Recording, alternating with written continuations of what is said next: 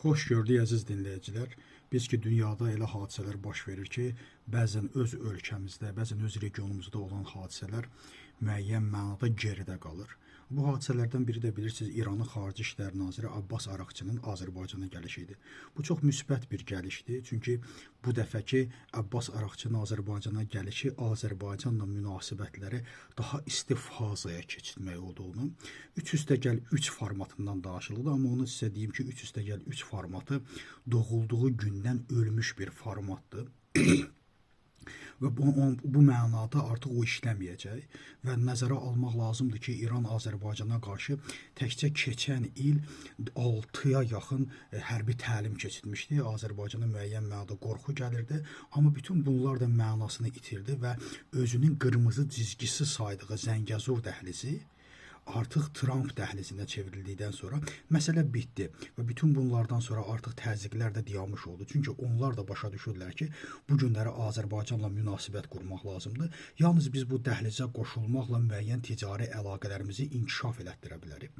Burada bir sıra məsələlərdən, bir sıra aspektlərdən danışıldı. Amma bununla bərabər həm də vacib olan məsələ bundan ibarətdir ki, bugün İranın özünə qarşı ikinci bir təhdid yaranmaqdadır. Hər kəs bilir ki, İsrail yenidən hazırlaşır və hər kəs də bunu bilir ki, İran da yenidən hazırlaşır. İran yenidən İrandan, Çindən təhlükəsizlik sistemləri, hava hücumundan müdafiə sistemləri alır və o da öz ordusunda olan zəiflikləri aradan qaldırmağa çalışır. Bütün bunlarla bərabər əlbəttə Azərbaycan kilit ölkədir. Siz onu yaddan çıxartmayın ki, Azərbaycan Türkiyədən də etibarlı, regionda İsrailin ən yaxın və etibar eləyəcəyi səmimi dostudur. Niyə görə səmimi dostdur? Bugün 80 milyonluq Türkiyədə nə istəsən etsən də İsrail ona etibar etməyəcək. Amma Azərbaycanın hər hansı bir kəlməsi İsrail üçün daha etibarlıdır. Çünki o səmimidir. Bu mənada İran həm də bilirsiniz ki, Pezeşkiyan öz qonşuları ilə daha yaxın sülh prosesini həyata keçirdib və özünü bu formada qorumağa çalışır və o günlərdə xalqına da verdiyi bir sualla çox maraqlı bir sual verdi. Dedi ki, 12 günlük müharibədə biz öz dostlarımızı gördük. Yəni Çin və Rusiyanı bildirmiş ki, biz dostlarımızı gördük və o dostlarımız bizə heç bir kömək eləmədi.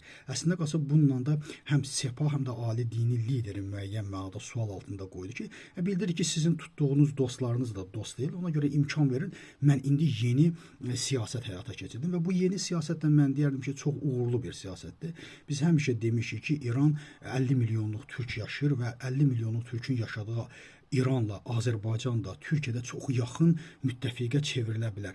Və yalnız bu müttəfiqlik İranın müəyyən mənada canlı ikinci zərbədən qurtara bilər ki, bugün Abbas Araqçının da Azərbaycana gəlməsi, müəyyən açıqlamalar verməsi ən vacib olan məsələ onu göstərir ki, Azərbaycanla İsrail arasında müəyyən bir dialoqun mərkəzinə çevrilə bilər ki, müəyyən mesajları da Azərbaycan əli ilə, Azərbaycanın rəhbərlərinin əli ilə əlbəttə İsrailə göndərə bilər və mən yenə deyirəm, İran üçün Azərbaycan regionda ən etibarlı söz sahibidir. Niyə görə söz sahibidir? Çünki Azərbaycanı həm İsrail yaxşı eşidir, həm də ki, İran da artıq bundan istifadə etmək istəyir. Ona görə mən bu gəlişi, bu səfəri yüksək qiymətləndirirəm və bunu da biraz da inkişaf etdirmək istəyirəm ki, bu günləri İsrail üçün İranda və Türkiyədə heç bir etibarlı müttəfiq yoxdur. Hətta İsrail onları təhqir eləyən bir dövlətdir. Necə təhqir eləyən bir dövlətdir? Erdoğanın da müəyyən mənada danışmaqlarına ey Netanyahu deməsi, xatırlayırsınızsa, hər Netanyahu deyildikdə İsrail Qəzzaya zərbə vurur. İordaniyada görüş keçirmək istəyəndə həmin günü yenidən Qəzzanı vurdu. Bir ara Qətərdə görüş keçirmək istəyəndə İsrail birbaşa Qətərdə olan Həmasın rəhbərliyini vurdu, binasını vurdu və bunlar çox önəmlidir və bunlar əsasən onu göstərir ki, yəni Erdoğanın və yaxud da ki, İranın regionda İsrailə söz keçirtmək imkanları yoxdur və onları İsrail ümumiyyətlə eşitmir. İkinci bir tərəfdən də İranın da başına açılan addımlar hücumlara, başına açılan oyunlarda görürsünüz ki, hətta onun necə də dövlətin içində xaniyəni öldürür, generallarını öldürür. Yəni heç birinə ciddi yanaşmır. Bu mənada Azərbaycan çox ciddi müttəfiqdir və Azərbaycan İranla İsrail arasında müəyyən mənada söz sahibi rolunu oynaya bilər. Bu iki, üçüncü, Azərbaycan həmişə dostyanə yanaşır, qonşularına da. Mən düşünürəm ki, İran da bunu həyata keçirməlidir. Abbas Araqçının Azərbaycana gəlişi yenidən İran mətbuatında böyük bir tənqidə yanaşdı. Azərbaycanla belə rəftar eləməyin, Azərbaycan üstünə qışqırın, Bakı Respublikası adını yenidən çəkməyə başladılar. Baxın, bunlar hamısı səmimiyyətsizlikdir. Baxın, deməli, bir-iki gün bundan əvvəl Paşinyana belə bir sual verdilər ki, Paşinyan, bəs yenə də İlham Əliyev Zəngəzurdan danışır, Göyçədən danışır. Deyir ki, yaxşı eləyir də danışır. Siz səhər danışmada Arsaqdan danışırsınız. Siz səhər danışmada Böyük Ermənistandan danışanda, əlbəttə ki, bu məsələ bitməyəcək və bizim başımızda sınacaq. Ona görə də İranla ciddi münasibətlər istəyirlərsə, İran istəyirsə, səmimi münasibətə keçməlidir, dost münasibətinə keçməlidir.